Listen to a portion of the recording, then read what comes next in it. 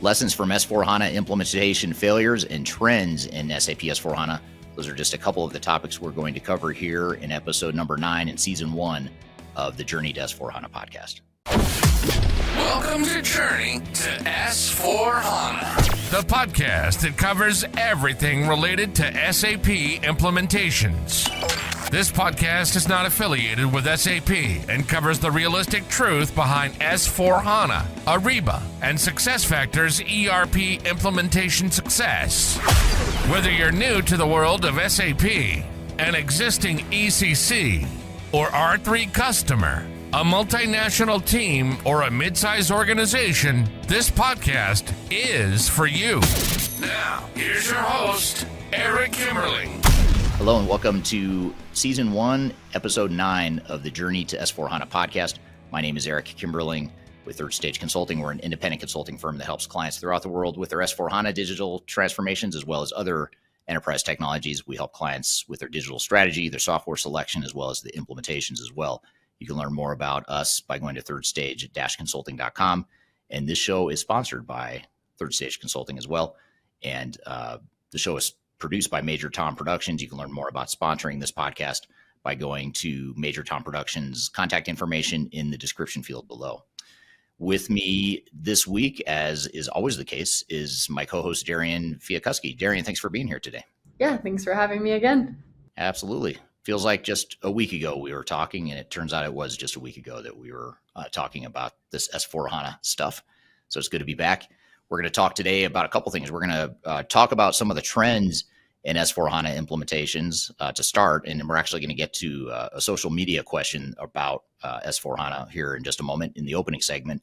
And then later, our guest on the show is going to be Wayne Holtam, who's the Executive Vice President of the Asia Pacific office of Third Stage Consulting. He's based out of Australia, and he's going to be talking about some of the lessons from S4HANA implementations. So he'll be on the show here to chat about that here shortly.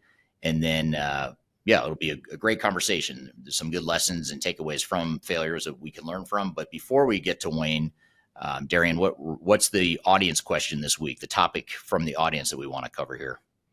Yeah, so we're going to do some comparing. They're looking for you to compare some different softwares. So specifically, can you compare this flexibility of S4HANA versus Oracle Cloud versus D365? It's a great question. It's a common question we get a lot too, is which of these products is more flexible? I'll give you my opinion, and then I'm going to give you a caveat, which is totally different. It's actually a quote from a client that counters what I'm about to say, so bear with me. But I would say my general takeaway or my general experience is that, generally speaking, D365 is the most flexible of the three. Oracle's sort of in the middle, and then I'd say S4HANA is the least flexible. But when I say least flexible, I don't necessarily mean that's a bad thing. For a lot of organizations, that's a good thing because they want standard processes, standard workflows, all that good stuff. And part of this is because, first of all, we have to recognize that all three vendors are moving to the cloud and have moved to the cloud. In the case of D365, most of their technology stack is in the cloud now, and S4HANA and Oracle are still more of a work in progress. But in general, they're all heading to the cloud. And there's just less flexibility that comes with that. You can't customize the same way you could have customized when you were on-prem, which could be good or bad depending on how you look at it. I think longer term, it's probably a good thing that you can no longer do that customization because it creates so many problems, but it still creates risk when you can't customize a system to meet your needs. But I'd say, generally speaking, D365 is the most open because they have the most open architecture. It's an open .NET Microsoft sort of platform. And then on the other extreme is SAP, which has its proprietary ABAP programming language, and it's more of a closed ecosystem, if you will. And then Oracle, I'd say, is some sort of a hybrid somewhere in the middle.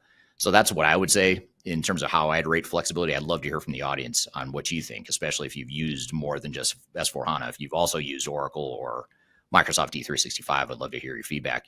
But I'll also share with you a quote. I had a CIO at a client recently who was actually using S4HANA for part of his business, and then other parts of the business were using, I think it was Oracle. I can't remember. It was either Oracle or Microsoft D365. And this company had grown through acquisition, so they had some companies or some divisions using SAP, some were using Oracle. And what he said was, he said, actually, the parts of the business that are using S4HANA have more flexibility. They're more flexible, and they can respond faster and change their processes faster.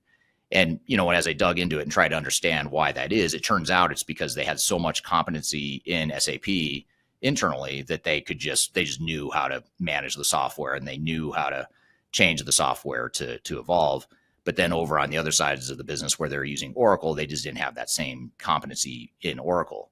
So they struggled more with change. So I don't know how much of that is a product-based flexibility, in his case, but that there's at least one client, which is a big company, that I can turn to that would say the opposite of what I just said. So it's something to think about, because flexibility can mean so many different things. It has to do with how flexible the product is, but also has to do with how competent your internal resources are and how quickly you can adjust the software to meet your evolving business needs, which isn't just a technological issue. It's also an organizational, operational issue as well. Yeah, definitely. A lot to unpack there. I feel like you could go on and on that for probably a full episode itself in a way.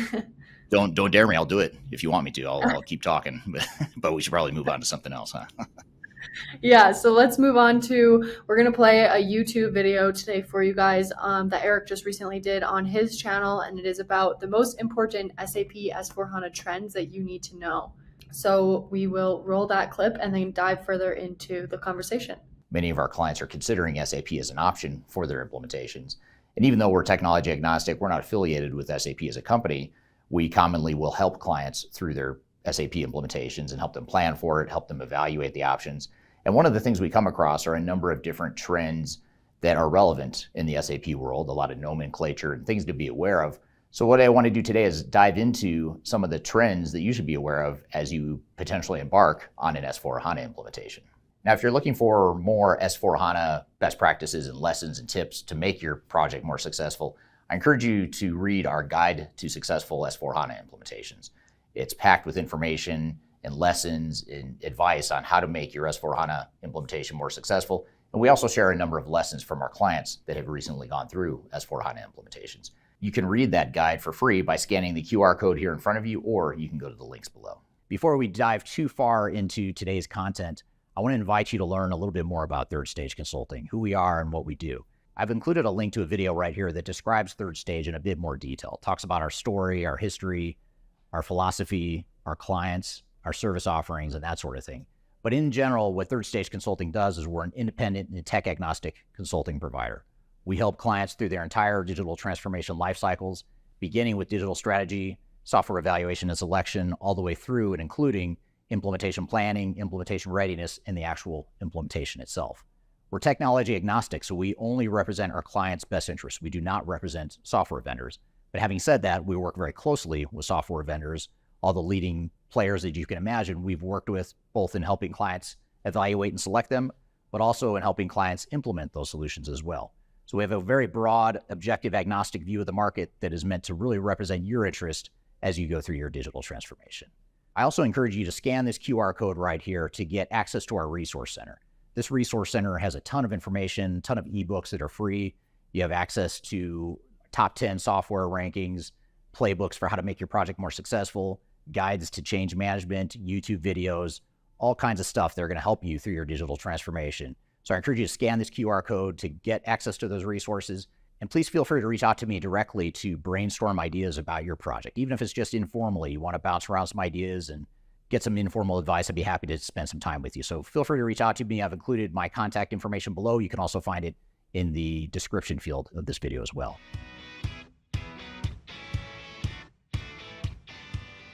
The first trend to be aware of in the SAP space is Grow and Rise.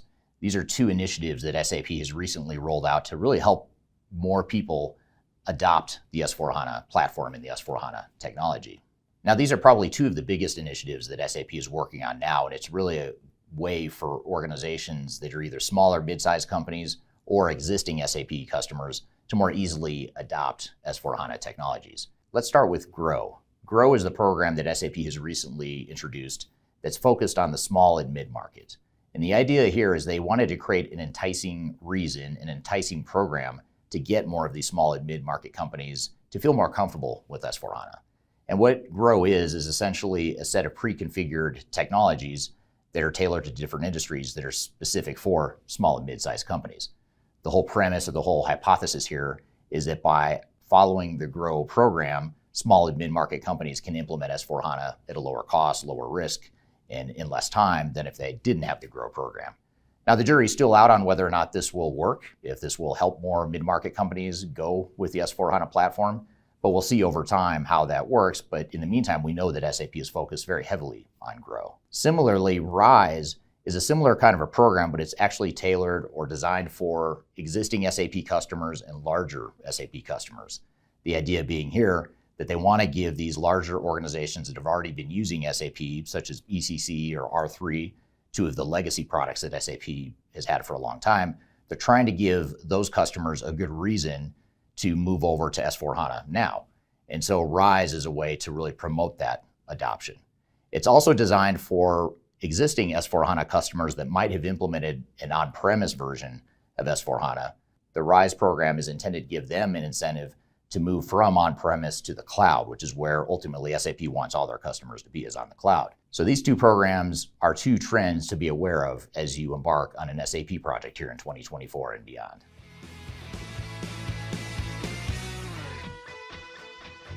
SAP is really leading the charge with their artificial intelligence and overall innovation initiatives. And if you think about it and back up for a moment, if you look at SAP customers are historically very large enterprises that have lots of data. And not only that, but SAP has a lot of customers, tens of thousands of customers. So if you think about all that data that these customers have, it really lends itself to SAP having an AI advantage in that there's a lot of data for the AI algorithm to work with. So artificial intelligence is something that SAP is very much focused on. In fact, they've recently announced that they've created a new position within SAP called the Chief AI Officer. And so they're really leading the charge and not only talking about AI, not only building some AI capabilities into S4HANA and their overall product suite, but they've actually created an organization that's focused on AI. So I think SAP has a definite advantage here with their AI initiatives. And not only that, but they're also really driving innovation in a lot of different ways beyond AI, but really AI is sort of the spearhead of their innovation efforts at the moment. Some other innovations SAP is pursuing is in their acquisition of other third-party ERP and enterprise technology providers. And I'm going to come back to this point in a moment, but SAP has acquired a lot of fairly significant and large systems such as Ariba on the procurement side of things, SuccessFactors, which is an HR technology, Concur, which is a time and expense reporting software, Business Objects. There's a lot of different technologies that SAP has acquired over the years, and that's really driving a lot of the innovation and a lot of increasing competencies that SAP has at the moment. So watch for AI and innovation to be really a key center stone of SAP's growth strategy in the future.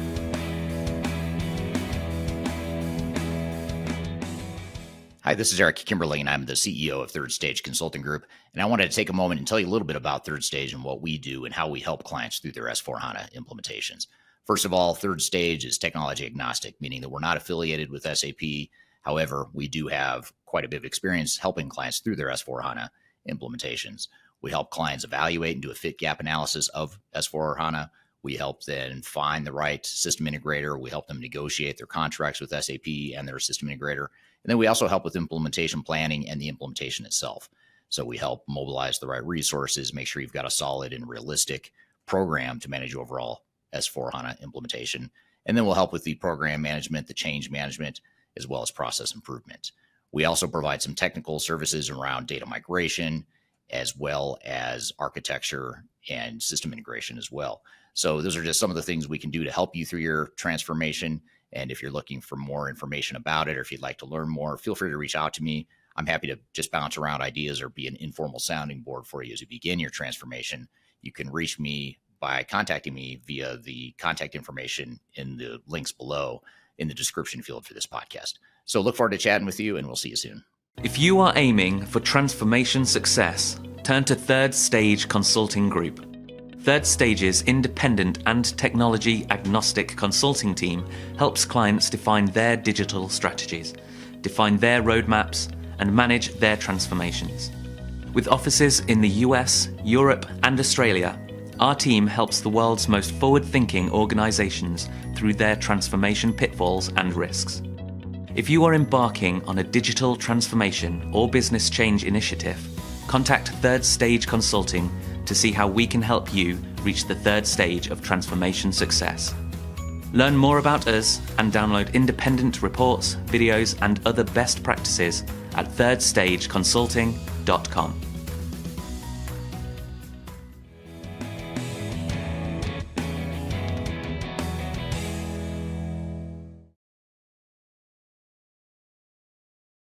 Integration and interoperability is another theme or another trend to watch for in the SAP space.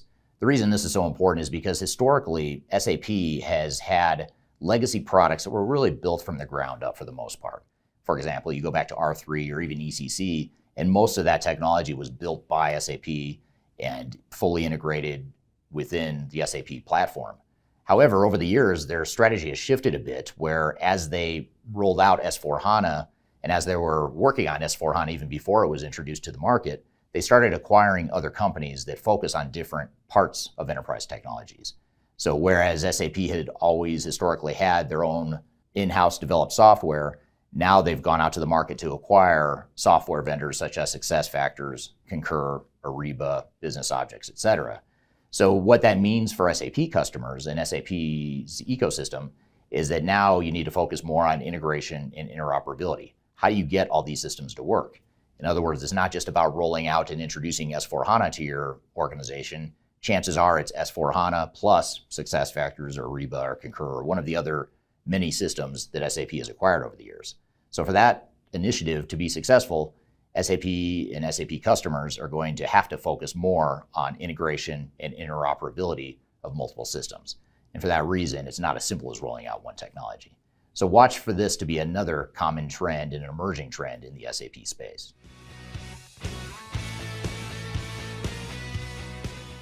I recently published a video on my YouTube channel that talks about the massive tech talent shortage. You can find that video right here, by the way. And that tech talent shortage is relevant to SAP. SAP has a lot of demand right now for SAP consultants and people that know S4HANA really well. And just to summarize why this is such a problem right now, first of all, unemployment throughout the world is low in many parts of the world. You also have a spike in demand for S4HANA implementations right now, largely because SAP is putting a deadline of 2027 for existing SAP customers to move to S4HANA. So when you have a shortage that already existed, and then you add to the fact that now you're creating more demand for implementations, you can see how there wouldn't be enough skills to go around. And so that's a trend to be aware of, is that there is a skills shortage in the SAP space, especially because people that were well-versed in R3 and ECC and some of the older SAP technologies don't necessarily translate into knowing S4HANA. So S4HANA is a new skill set. S4HANA is constantly evolving and changing. And so there's just not a lot of people that have acquired deep competencies in S4HANA, as may have been the case with ECC or R3. So all this stuff adds up to a trend of skills shortages. So you just need to be aware of that as you're planning for an implementation, and know that things may not go as planned in terms of resourcing and finding those outside skills and competencies.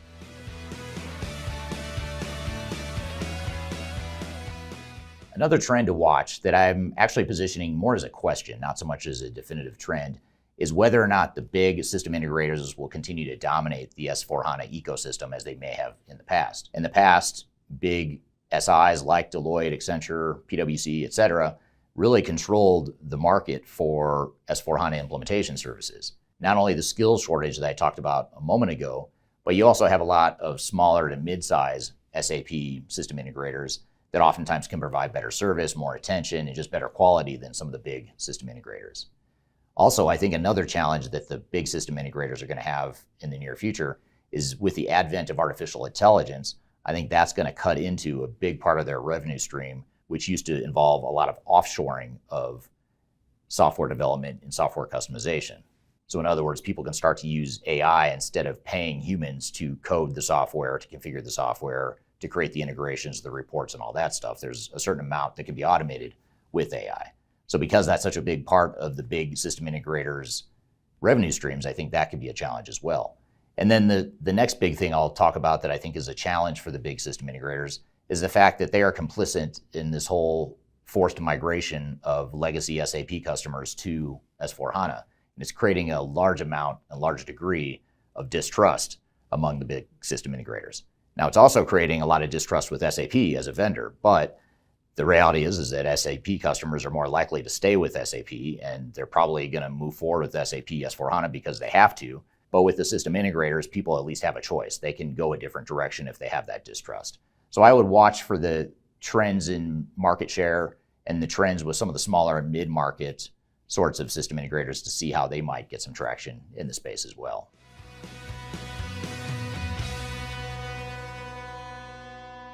Now, the final trend I'll talk about here today is the fact that it is inevitable that customers will miss the 2027 deadline. Not all of them, maybe not even a majority of them, but a large subset of SAP customers will miss the deadline to migrate from ECC or R3 over to S/4HANA. Now, the reason for this is because many organizations just simply aren't in a position to go through a big implementation at the moment. Maybe they don't have the time, the budget, the resources, the risk tolerance, or whatever the case may be. And the other factor here is that even if they want to and they haven't started yet, it's going to take many organizations longer than 2027 to fully roll out S/4HANA and to move off of ECC and R3. So for that reason, it's inevitable that you're going to have a large customer base of SAP that misses that 2027 deadline. So then the question becomes, what's going to happen to those customers? Will SAP really cut off support and maintenance for those legacy products? Will they extend the timeline?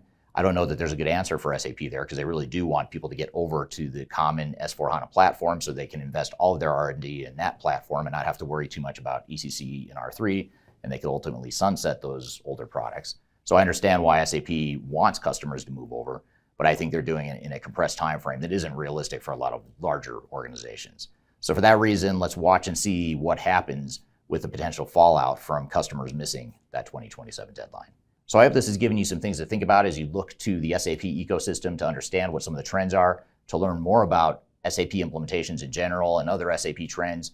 I encourage you to read our Guide to Successful S/4HANA Implementations.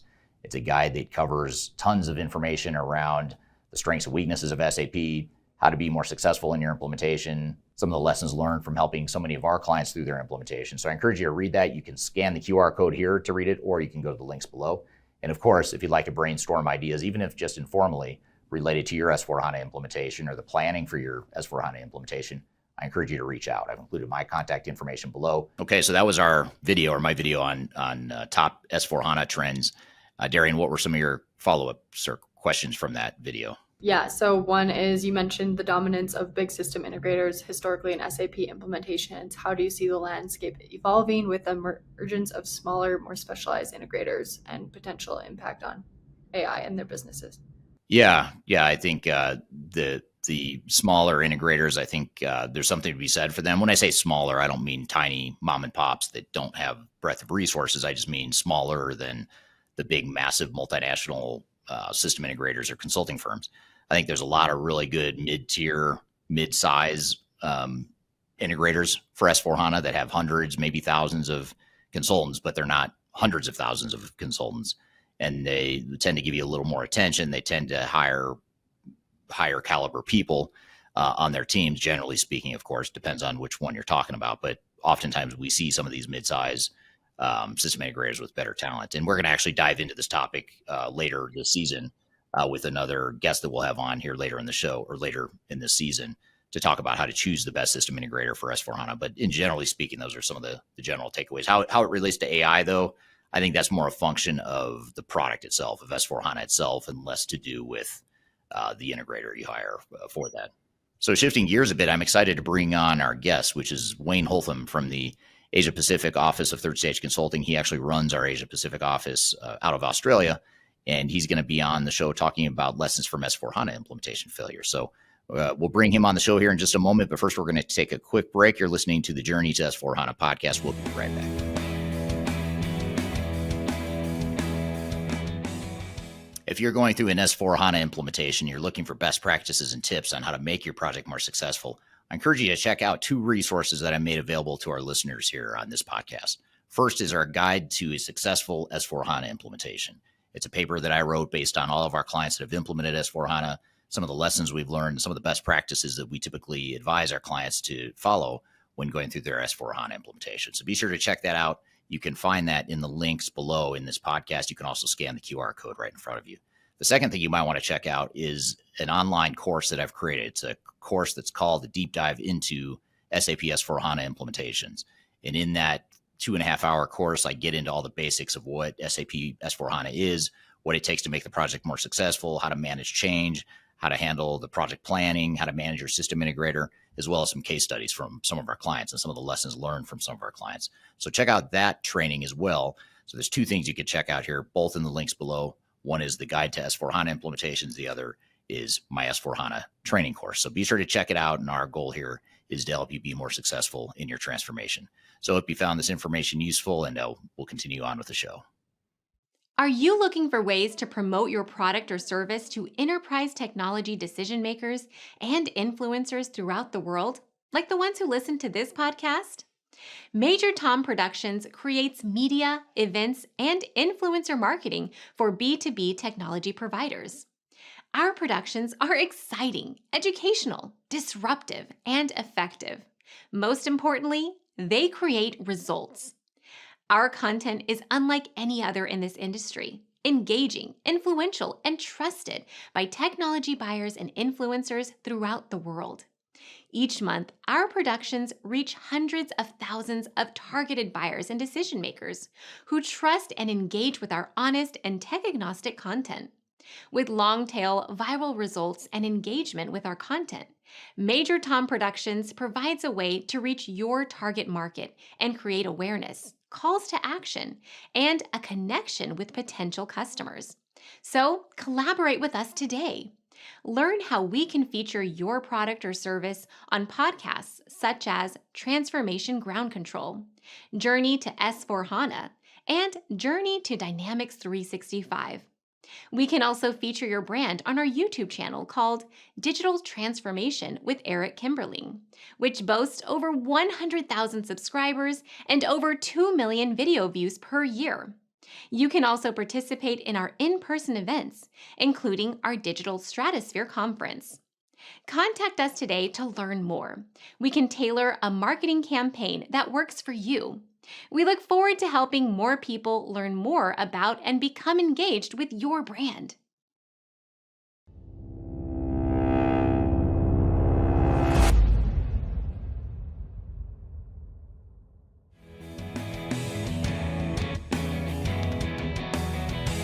Hello, welcome back to the Journey to S4HANA podcast. This is season 1, episode 9. You can find past episodes and upcoming episodes of this show at journeytosforhana.com. Be sure to check that out to see all the episodes you may have missed. And you can also subscribe to the podcast there as well. This show is sponsored by Third Stage Consulting, an independent consulting firm that helps clients with S4HANA implementations as well as other non-SAP digital transformations as well. And the show is produced by Major Tom Productions. And if you'd like to learn how to sponsor your brand on this show, you can reach out to us at Major Tom Productions. I've included the contact information for sponsorships in the description below. So I'm excited for our next guest. It's actually Wayne Holtam, based out of Asia Pacific, as I mentioned, the Third Stage Asia Pacific office. And Kyler Cheatham from the Third Stage Consulting team is actually going to chat with Wayne about some lessons from S4HANA implementation failures. So with that all being said, I'll hand it off to you, Kyler and Wayne. I am very excited to welcome Wayne here from our APAC team to talk about some global SAP challenges. So welcome, Wayne. Thanks so much for joining us today. Thanks, Kyla. Great to be here. It's really good to be back on talking to you. Yeah, a veteran member of Transformation Ground Control. So we are very excited to have you back. And today we're talking kind of almost as a capstone conversation of what we've talked about a lot this year, which is kind of SAP epidemic of failures that we've seen. And whether it's high profile news stories, whether it's our own client work when it comes to our restoration and rescue projects, and even our expert witness work, which we're able to do because we have that technology agnostic and independent positioning in the marketplace. So with that, we came up with a fun way to kind of talk about it today.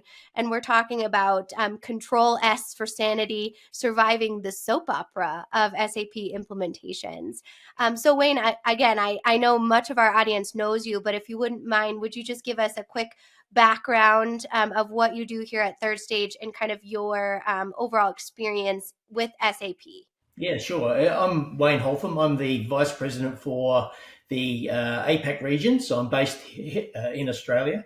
And probably my background is I've spent the last 25, maybe even a bit longer, don't care to admit that. But years in digital transformation, a lot of them have been SAP rollouts. And so there's been good, there's been bad, and there's been really ugly. So Yeah.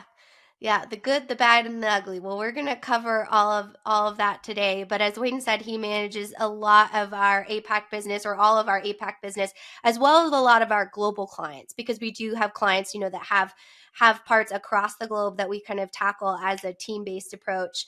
And if you want to see more from Wayne as kind of pre-work for this conversation, he's actually on our playlist, and you can see all of his. Specifically, my personal favorites are the process mining and the target operating model he talks about too. But today we're going to talk a little bit about SAP. So Wayne, kind of big question here is, why are SAP implementations so difficult?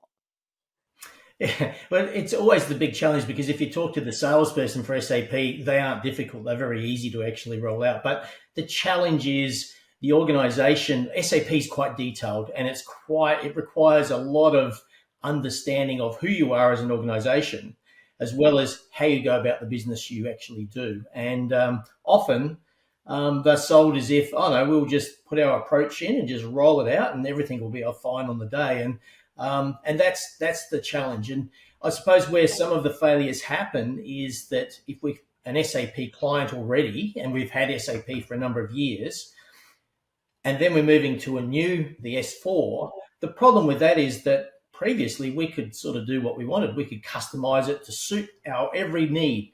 And then when we get to the new S4, it's not as easy to be able to do that. And so that's often where that transition is not just an upgrade anymore. It's actually a complete shift in the way you think, the way you operate, all the screens you see. And that's what's so difficult. So it sounds like even if you had a legacy SAP product, moving to specifically S/4HANA is almost like a completely new evaluation and implementation. Yeah, it is. And it's interesting because S4 is looking for roles and responsibilities and people actually doing certain tasks, whereas previously that was blurred. It was anybody could do anything. You could limit the access that some people might have had to SAP, whereas now it's much more about the roles, processes, and responsibilities. And so that's a whole different way of working for many organizations, because I've never had that sort of definition about who did what and restriction on how they go about and do it. So speaking of drama, since we are talking about the soap operas, we see a lot of very high profile SAP failures in news coverage. Do you feel like SAP gets a bad rap on that, as we don't see a lot of times as many high profile failures by someone, say, on the same level like Oracle?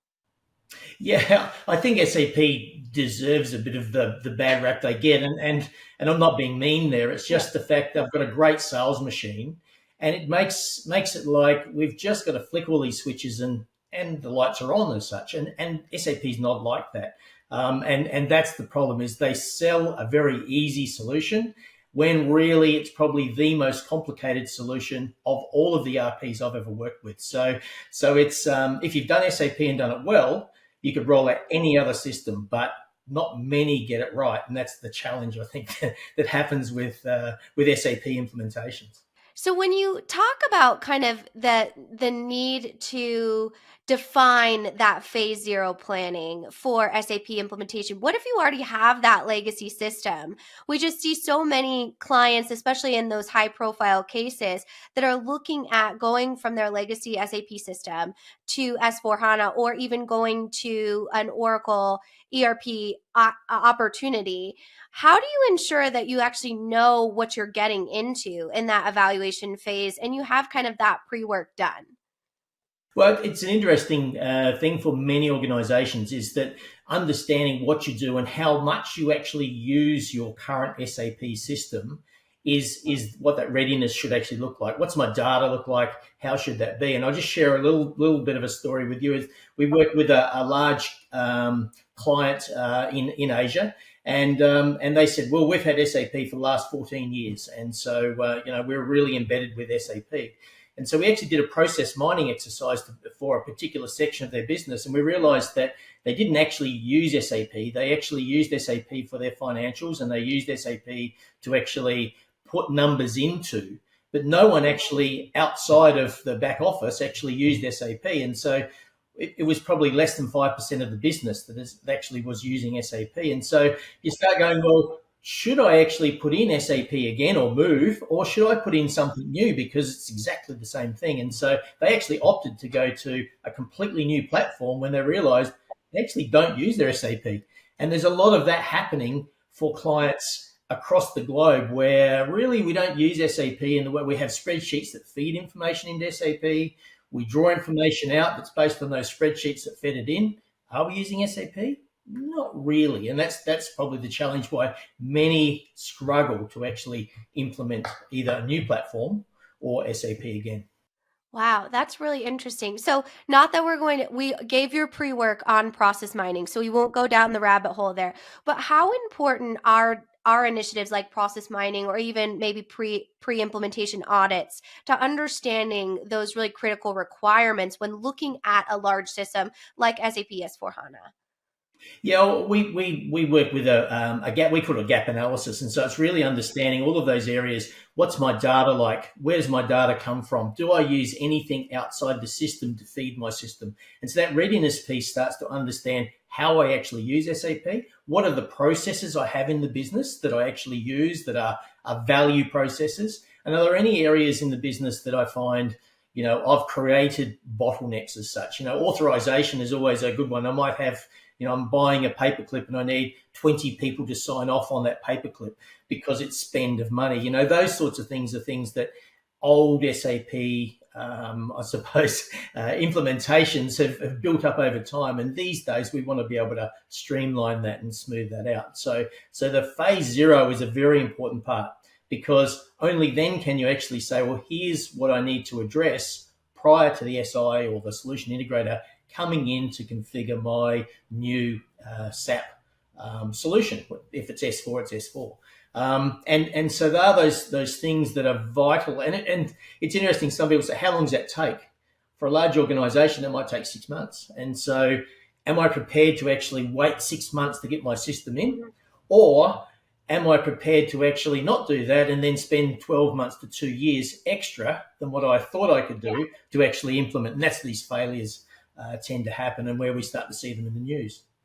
Absolutely. And that's such a good point. That resourcing point that a lot of times our client partners do their due diligence, but there's so much conflicting kind of noise in the marketplace around what that should look like. You have kind of the vendor speak around it, which of course comes with a situational bias. And then you have, consultants speak because you have a whole consultancy in SAP. And that kind of brings me to my next topic that I wanted to talk to you about, which was really the kind of the cast of characters when you look at an SAP implementation. And a lot of times we can see just chaos on that project team because there's so many different people involved. So who are some main characters in an SAP implementation, and can you describe their roles? Well, there's the program owner or sponsor, and I think that's one of those areas that they're like the conductor. And the problem is, if you're not very good at conducting a full piece, 100-piece orchestra, which is essentially what a SAP implementation is. There's so many different moving parts. Then you start to get that chaos happen, and then we've got separate project managers that sit under this program manager, because we've got change, we've got data, we've got processes, we've got all those sort of project managers that we actually need to have covering and addressing those, and so that makes it difficult, because all of a sudden I need to have them all moving in sequence. I need to have them playing in time. I need to have things ready at a certain time so I can test that and check that, and all the time I'm asking the client or the customer or the organization to give me information as well, which isn't always readily available. And so it's a real comedy of errors as such. It's very hard to have a classical tune come out of a SAP implementation. It's more of a whole lot of people playing individual songs, and that's the problem with the characters we have. And so whether it's a sponsor, whether it's a project manager, whether it's people within their leads and analysts and those sort of people, they all need to play their part, but they don't always know what the tune is, and that's the difficulty. Yeah, that harmony, right, that you need in a healthy project. Absolutely. We're here with Kyler and Wayne from the Third Stage Consulting team talking about lessons from S4HANA implementations. We've got a lot more to cover, but first we're going to take a quick break. We'll be back with more of the Journey to S4HANA podcast.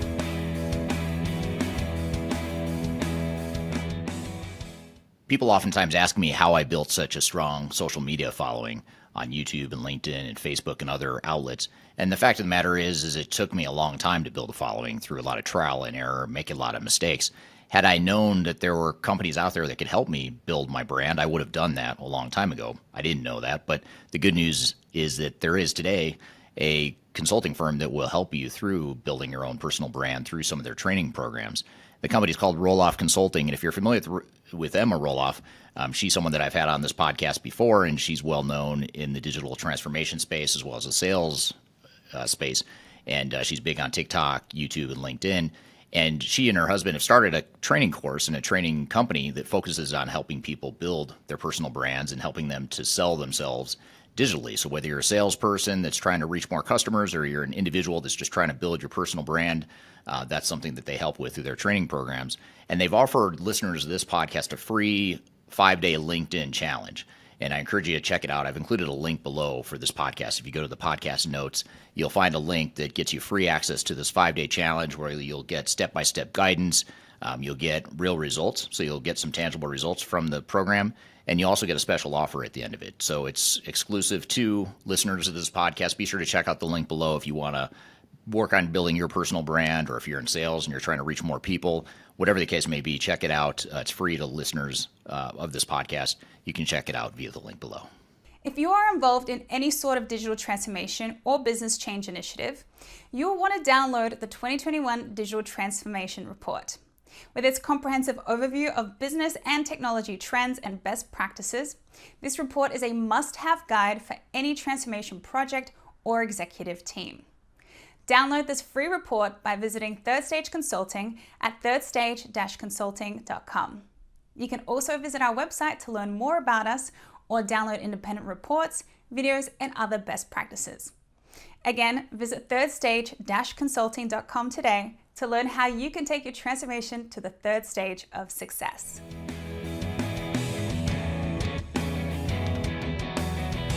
Hello, welcome back to the Journey to S4HANA podcast, Season 1, Episode 9. We're here with Kyler and Wayne from the Third Stage Consulting team, chatting about lessons from S4HANA implementation failures.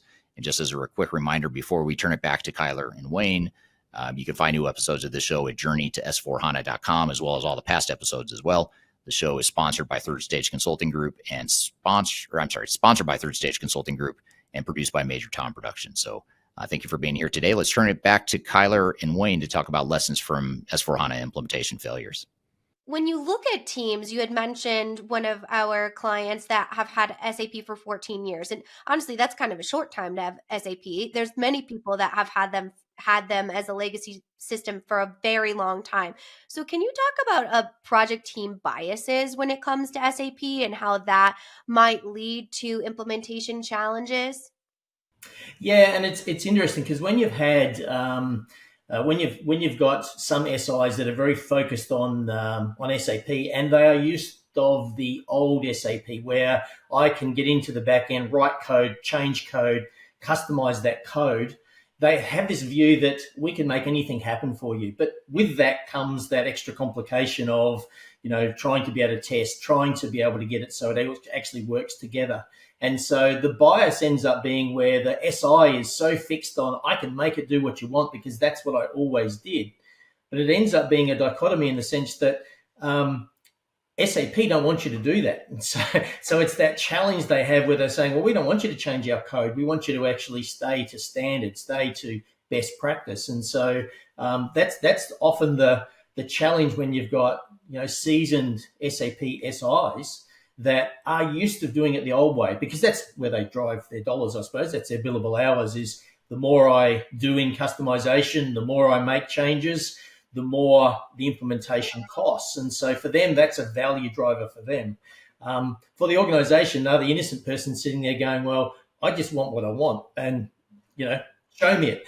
Yeah. And it's often hard not to be able to see what they're actually getting. So Absolutely, especially in a system so complex. You would need a year-long demo to see, all of the functionalities that you really have in that. So this might be a kind of a hard question, but there's so many different SAP specific consultants or someone that might have a financial relationship with SAP. So when you're looking at those consultants, are they the villain in the SAP drama, or who would you say the villain is when it comes to SAP drama implementations?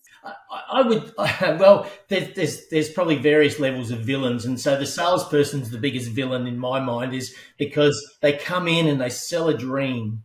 And we all love to have a dream, don't we? But then all of a sudden we go, well, can I realize that dream? And then the SI comes in and goes, well, I can help you. I'm here. I'll be able to sort this out for you. And so that there's two villains there as such, in the sense that one is that I get an everlasting stream of money coming in because I bought licenses from SAP or bought access, and that's the salespeople. And then I look at the SIs who have got this, well, we can do anything you want. The longer we're here and the more people we have, your system will be great. And then when it doesn't work out that way, it's all of a sudden, well, you signed off on that, so thank you, Mr. Client. And that's where the challenge is. So there's two probably main villains as such. But I don't think the client gets off free in that, in the sense that, if they really don't know what they want, they can let one of these projects go way out of control before they actually really realize that it's way out of control. And I think that's the other part, and that's the person who's being shadowed with all of this wonderment of the dream that they purchased, but now it's not actually turning out that way. That's incredible. That's definitely a lot to manage. So as obviously SAP targets large, complex, likely global organizations. So you have a lot under you. But if you are a project manager, really with any system, how do you ensure that you keep ownership over those strategic goals that you want to achieve as a business, as opposed to getting, enchanted by some of this really powerful sales jargon from both your SI and your vendor, who are supposed to be trusted partners? Yeah, that's right. And I think that one of the things that the organization itself has to take control. And so, okay, understand, how do we operate? What do we want to operate? And when we're looking at demonstrations, can you show me how your system would do that? And all of a sudden you start to get that ownership that actually controls then what's happening. And so all of a sudden you get that view of, here's what I need to happen. And so can you make that happen for me? Whereas if we leave it up to the SI, they don't know your business really. And so they often look at other businesses they've worked with, or just their own general view of life, and will craft something that actually suits what they need, not necessarily what the business needs. And when you get that situation, that's where you get that the users don't like using it. They want to go back to their spreadsheets, and failure starts to be the word that is on everyone's lips. Absolutely. So rounding out kind of our cast of characters and how to kind of manage to them, what does your team do when it comes to a large SAP, either implementation, restoration, selection project? What's your role in that? So it's interesting. We help build the operating model. So how's the business want to operate in this new environment? So that's one of the things we do. The second thing we do is understand. We do the gap analysis. So how do you operate today? So instead of doing a lot of as is mapping and all of that sort of thing, we actually go out on site and we actually look at how people actually do what they do. So if I'm going to produce a widget, I'm going to do something, what information am I sourcing to actually produce that and supply that sort of thing? And so we get a picture of what that looks like. And then we understand what's the new system looking for. And so that's that gap. And so we work on some readiness projects then that allow us to be able to close that gap. And so if people aren't using the system, the aim is to drive them back to using the system as such, because it makes sense to use the system, not just because it's a system that's a new one. And so that's the sort of work we do. And then with the SI, it's about defining those, what we call deliverables. And so the deliverables are my data. So have I got good data? What am I going to do to actually clean that up, create that, build that? So when the SI comes in, they have a very clear plan of approach. Their discovery can be quite short. 6 weeks is what they typically have, because all of the answers have already been provided. And so they can actually say, I have an answer to this question, this question, this question, and then I can go off and design and build. And so whereas what you usually find is they come in and they go, oh, I don't have an answer for that. I don't have an answer for that. Okay, we need to go off and build this. And that's where we start losing control of our project. And when do you see kind of to go from the cast of characters to kind of, the plot twist, if you will? We see headlines around SAP failures that are in the hundreds of millions, if not billions of dollars. So how did those go so incredibly wrong? And at what point, I'm sure there were a variety of points, but is there some point that those red flags start to fly when it comes to what's going on with our project and how do we ensure we need to course correct now? Yeah, it's an interesting you say that, because I've been involved in some expert witness cases, and I've also been involved in projects that, some have gone 6 years and still not gone live. And so that's staggering to think, how come someone hasn't pulled this up earlier?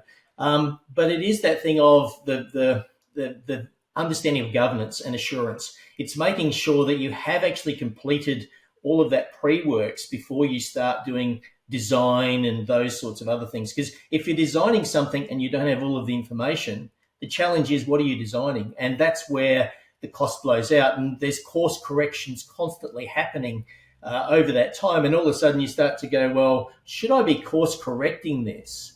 Or is it something that, we need to actually really look at the whole project and actually reset fully? Whereas we sort of course correct little bits and we don't actually address the overall issue. And that's why it just keeps blowing out. So, and the SI is quite happy to be able to help in the sense that they just get billable hours. We bring another team in and, it's all good. And, but you as the client or the organization, you're paying the bills. And that's where the problem is. And so there's not the deterrent for the SI, because they go, well, you signed off on this previous design. So, we'll fix it for you now. And obviously a cost comes with that.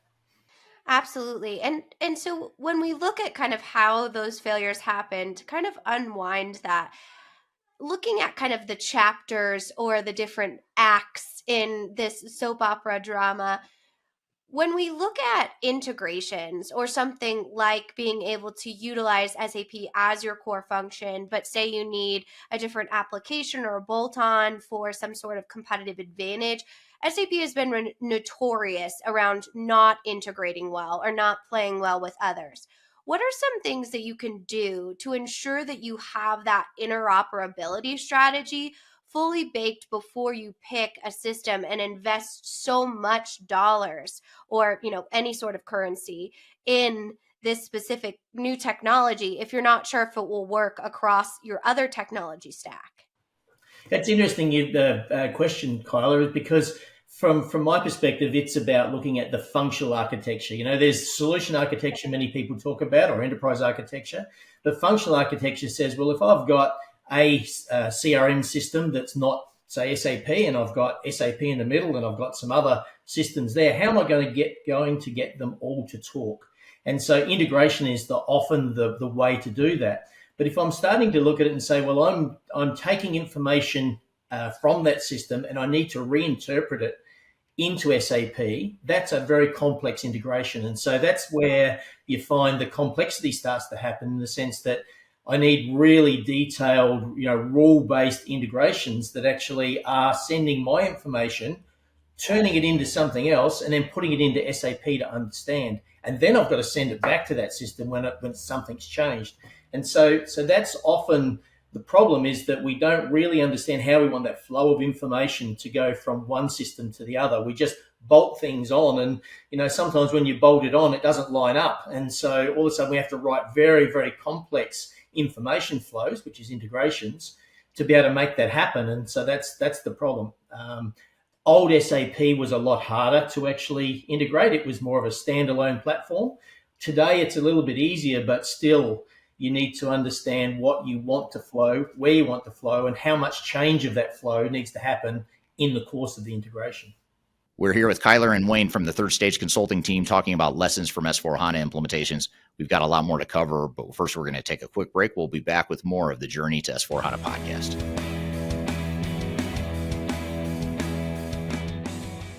Are you looking for ways to promote your product or service to enterprise technology decision makers and influencers throughout the world, like the ones who listen to this podcast? Major Tom Productions creates media, events, and influencer marketing for B2B technology providers. Our productions are exciting, educational, disruptive, and effective. Most importantly, they create results. Our content is unlike any other in this industry, engaging, influential, and trusted by technology buyers and influencers throughout the world. Each month, our productions reach hundreds of thousands of targeted buyers and decision makers who trust and engage with our honest and tech-agnostic content. With long-tail viral results and engagement with our content, Major Tom Productions provides a way to reach your target market and create awareness, calls to action, and a connection with potential customers. So, collaborate with us today. Learn how we can feature your product or service on podcasts such as Transformation Ground Control, Journey to S4HANA, and Journey to Dynamics 365. We can also feature your brand on our YouTube channel called Digital Transformation with Eric Kimberling, which boasts over 100,000 subscribers and over 2 million video views per year. You can also participate in our in-person events, including our Digital Stratosphere Conference. Contact us today to learn more.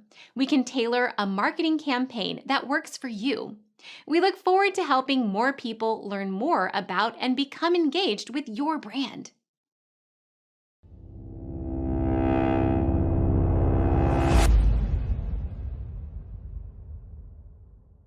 The last thing you want to have happen is for your digital transformation to end up in court.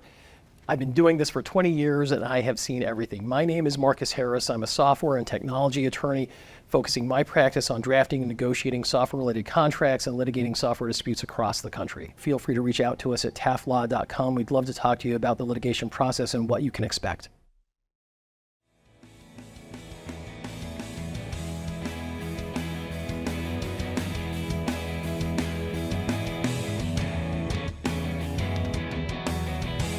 Hello, welcome back to the Journey to S4HANA podcast, Season 1, Episode 9. We're here with Kyler and Wayne from the Third Stage Consulting team, chatting about lessons from S4HANA implementation failures.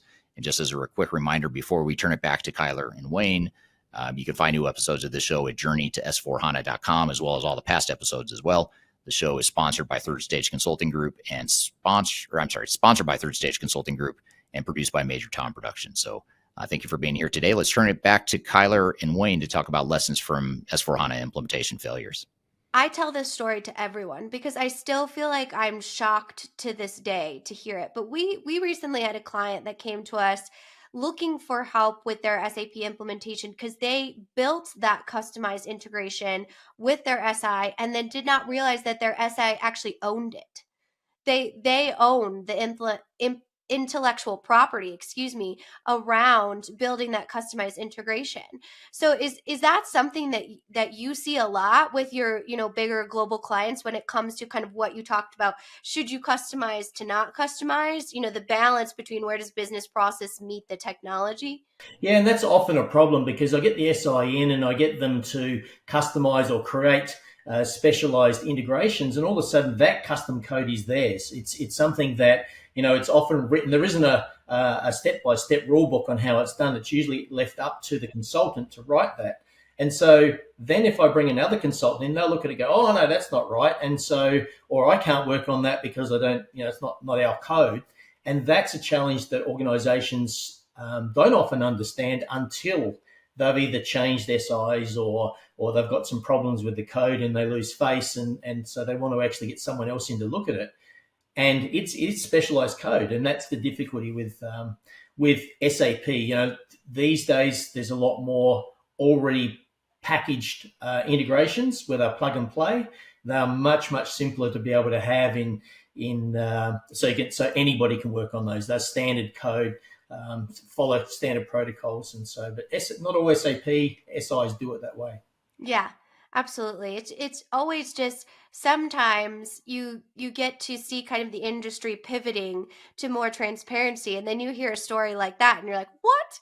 in the world is happening? But it's obviously very prevalent, and that's why the steps of understanding that phase zero planning, understanding your requirements, that contracting phase is so critical, as you outlined earlier. So I want to talk about kind of the new season of SAP, if you will. So as we come right now, when we're having this conversation, it's late 2023. So what does 2024 really look like for SAP implementations? They've had a rough couple of years when it comes to just overall perspective, failures all over the place.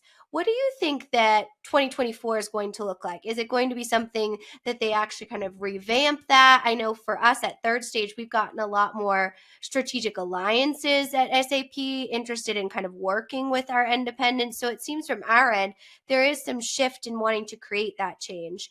And then also, I'll also ask you as a part of this question about the new SAP mid-market push as well, trying to meet kind of NetSuite where it is, or other kind of mid-market manufacturing areas. They've seen to really kind of bolt onto that space in the last couple months too. So what does the future look like with your crystal ball, Wayne, for SAP? I think it's interesting because SAP is coming from a place that of where they have a good market share as such, and a lot of people have SAP. Moving forward, the challenge they've had is getting people to want to actually go to a new SAP. They've sort of identified that we're not going to support it any longer, and they've bought out new solutions. But what they're finding is that new SAP is not old SAP, and so it's not a complete transition. So for them, they've offered new packages of SaaS and subscription as a service type SAP, where we've got a custom setup, a standard setup that's a multi-tenant, that we can actually have people all join just like other software vendors have done. But they're using the old way of constructing that in the background, the back code, and so it's not still as flexible as some of the more systems that have been built to suit multi-tenant. And so for them, it's going to be a bit of a challenge, and they're pushing into, the risk they've got is the big players aren't moving because they're not sure what they should go to, and they see a lot of risk in it. So how do you make sales? You go to a different market. And so the mid sales is where they're starting to push now, because they see that as probably a less complicated area of the business or area of the market. And so that keeps sales generating, because they're not getting the sales from the larger players. There's some SAP implementations that have actually been stalled, been halted, because they're too complicated as such. And so with probably still 70% of SAP current ECC 6 customers still waiting to move to something else, and we've got the deadline looming of 2027, I think it is, which is coming on pretty fast. That's a huge bottleneck that has to happen. Someone's got to change and shift somewhere, and SAP needs to probably think a little bit more about how they ready their clients to actually feel comfortable that they are okay to make that move. And I don't think selling a shiny, bright system is quite enough yet to actually to overcome that risk that organizations see.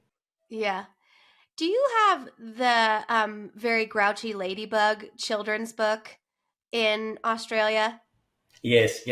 Yeah, by Eric Carle. So that reminds me of the Very Grouchy Ladybug, because the preface of the book is this very grouchy ladybug goes and sees all of this different animals, and it says, "Oh, you're not big enough to fight with me," because it's a very grouchy ladybug.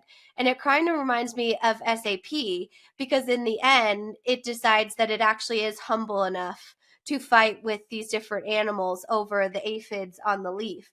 And now here we see SAP kind of go back to businesses that they've historically said, "Oh, you're not big enough for us," type of thing. And they've tried to kind of revamp that. So we'll have to kind of see how that goes, because it's a very interesting strategic decision. But of course, SAP is a great system. It might make sense for some mid-market businesses.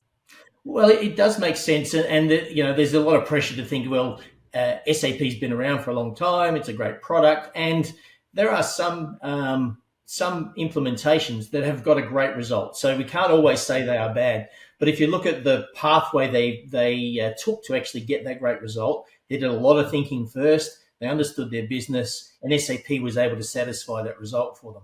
The gap is if we don't understand, we want a shortcut, we want to actually do things really, really quickly, then we end up with this, I've got something that it doesn't want to play the same tune as I have. And that's the difficulty that SAP faces moving forward. And you look at a lot of the global players that have SAP today, they've customized it so it works really, really well.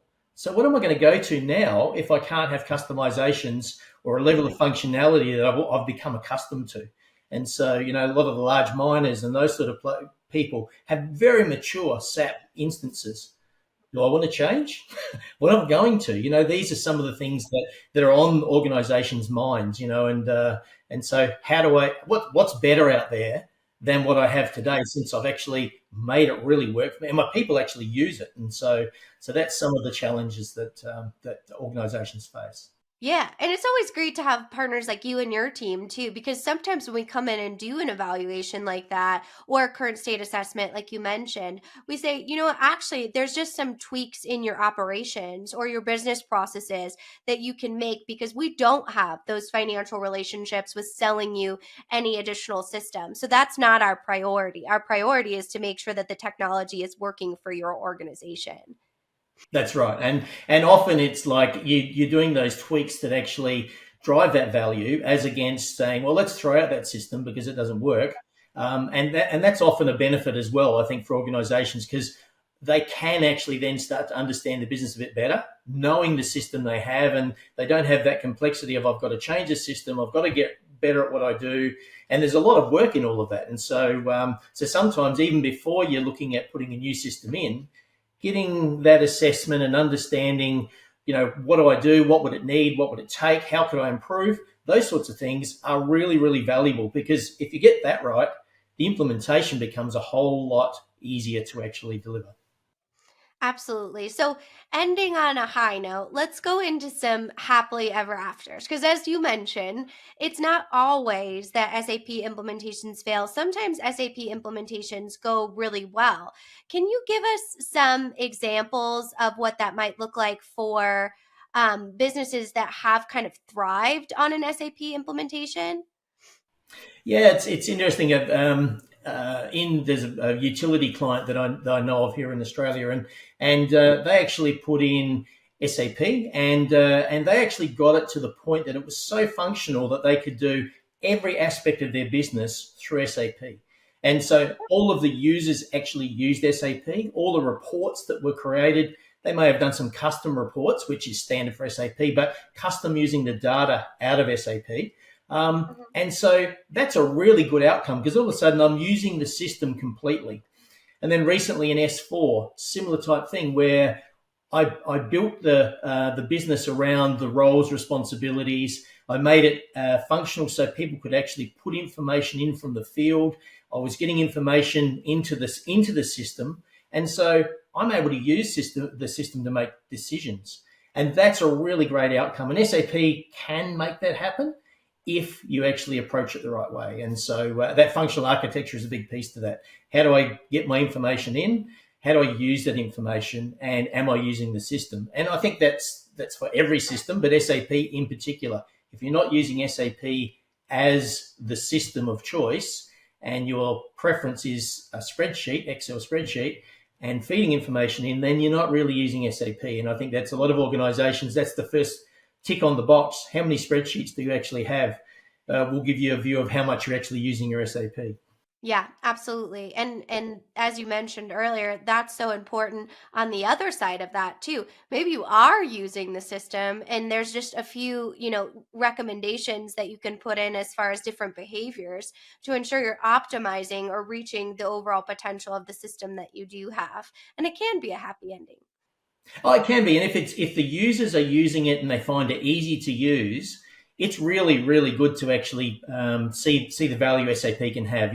The new Fiori that SAP has, the user interface, isn't all of those crazy transactions that most people talk. I think I think one of the things you talk about SAP lingo. So we could talk about, IW29 and IW36 and all of those sort of things. That's all the lingo that you talk to the old world of SAP. But the new world, it's about, what am I doing? What's the task I'm doing? I'm going to pay an account. And so that's a lot more usable if you get people using the system and the information's in there. And so that's the difference, I think, that from old to new is the way people interact with it and the interface they actually have. Very good. Well, this has been an unbelievably great conversation. So thank you for sharing your insight. Any final thoughts you want to share around SAP implementations just in general? I think that people, it's interesting with, we've got a client at the moment that's looking at, they've been sold a global template for SAP. And where they've rolled it out in a couple of their global instances, they've realized that the global template doesn't actually fit for their business. So they've had to make a lot of modifications. And so it's about stepping back and saying, well, what do I really need? And looking at it from that perspective. And then if they understand that, SAP can be a really great option for them. But without doing that and listening to the fact that, well, we've got this out-of-the-box model, just unpack it out and look, we construct it and it'll be fine, doesn't suit everybody. And I think that's the challenge that people are facing is, believing that, one size fits all. And you should be able to, I'm not saying customization here, I'm saying configuration and adapt your business to it being more consistent in the way it operates is the other part to that, is not just saying, not blaming the software completely. It's you as an organization. How can you be a bit more consistent in what you do? So there's lots of instances where we have really complicated back office processes that we don't need. So most definitely, you have to have the right system that fits your requirements, but you also have to have healthy business practices, good data hygiene to ensure that they can work together in that harmonious. Great analogy you gave about the symphony. I love that. If you don't mind it, I'm going to steal it as moving forward. All right. Thank you, Kyler and Wayne. Great conversation and a lot of good nuggets and takeaways from organizations that are going through S/4HANA implementations to help them avoid some of the same pitfalls and failure points that other organizations have faced in their S/4HANA migrations. But Darian, what was your takeaway, or what was your thought after seeing that interview with Wayne and Kyler? Yeah, such a good conversation that they had. And I think I said this earlier in the season as well, but I do love learning from the failure side of things within implementations, because I think there's so much to unpack and learn there for other organizations. So I think that those are always very, very helpful in my opinion. But I do have one question for you, and it's, in your view, what are the most promising opportunities for SAP to innovate and stay competitive in a rapidly evolving enterprise software landscape? I know they are one of the leaders, but what do they need to do to stay competitive in this landscape? Well, I think that, money always helps. When you have money and you're profitable and you've got scale, you can invest in R&D, and SAP certainly has lots of that. I know they've had some positive earnings reports in recent quarters, recent months, and there's a lot to be said for that. Having said that, though, S/4HANA is such a big product, a big, complex, robust product, and SAP is such a big, massive organization. I think they might struggle over time to keep up with some of the smaller vendors. I think on one hand, they've got scale, they've got R&D dollars that most vendors don't have. They've got some advantages with AI just because they have so many customers, so many big customers, and access to so many big data sets. So they've got a lot of advantages with their size and scale, but at disadvantages, I think they might tend to move a little slower than even just, say a Microsoft, or certainly a tier 2, smaller ERP or enterprise technology vendor. So I think they have to work a little bit harder, but still something that's manageable given their size and scale. Yeah, I definitely agree with that, Eric. I just have one more question for you for today's podcast. Based on your experience, what advice would you offer to organizations embarking on SAP implementations to increase their chances of success? I know we're talking about a lot of failure here. So what are some things you suggest that can make them maybe successful? I think the biggest thing I'd say is to focus on your phase 0 / implementation planning. When I say implementation planning, I don't mean just planning with your system integrator, because that's only one work stream within the overall project. You also have to figure out your overall program management, the governance and controls. You've got to figure out the change management strategy. You've got to figure out your process improvement strategy, your architecture, data integration. There's a lot of stuff that goes into it. And you also have to have a business process blueprint, end-to-end business processes, including SAP, but not limited to SAP. So again, your SI is not the right party to come in to define your end-to-end processes, because they're going to come in and define end-to-end workflows for S4HANA, which is different than what your end-to-end business processes are going to be. So you want to have sort of that high-level blueprint that then allows you to direct the system integrator to create more detailed workflows within it. So that'd be the number one thing I'd say, is focus on phase 0 and implementation planning, and go from there. Yeah, definitely a lot of great lessons that you can learn from failure, but then also turn it into success. And maybe some of those are probably things that you have learned along the way throughout your entire career, I would assume. I don't know. Yeah, so that's good stuff. A lot of good takeaways there, and appreciate having Wayne and Kyler on to chat about that stuff. And we had some good lessons from failure this week that we talked about. But next week in episode 10, we're going to dive into lessons from a successful implementation. It wasn't perfect, but it was a successful S4HANA implementation. We're going to actually have one of our clients on the show. His name's Tarak Patel, who's going to be on talking about a manufacturing company, a food and beverage manufacturing company that recently implemented S4HANA. He's got a lot of great lessons, not from the context of having failed, but from the context of tripping up along the way, stubbing his toe along the way, but the team and he ultimately succeeded. So we're going to get to that next week in episode 10 of Journey to S4HANA. Again, the show is produced by Major Tom Productions. If you'd like to sponsor the show, you can find sponsorship information in the description field below. And this show is sponsored by Third Stage Consulting Group, which is an independent consulting firm that helps clients with their S4HANA implementations, as well as other digital transformation technology implementations as well. That's the company I'm the CEO of. You can learn more about us at thirdstage-consulting.com. So appreciate you all being here today. Thank you, Darian, for a great show. Thank you, the audience, for the great questions. Look forward to seeing you next week on the Journey to S4HANA podcast. Have a great week in the meantime, and we'll see you soon. Take care.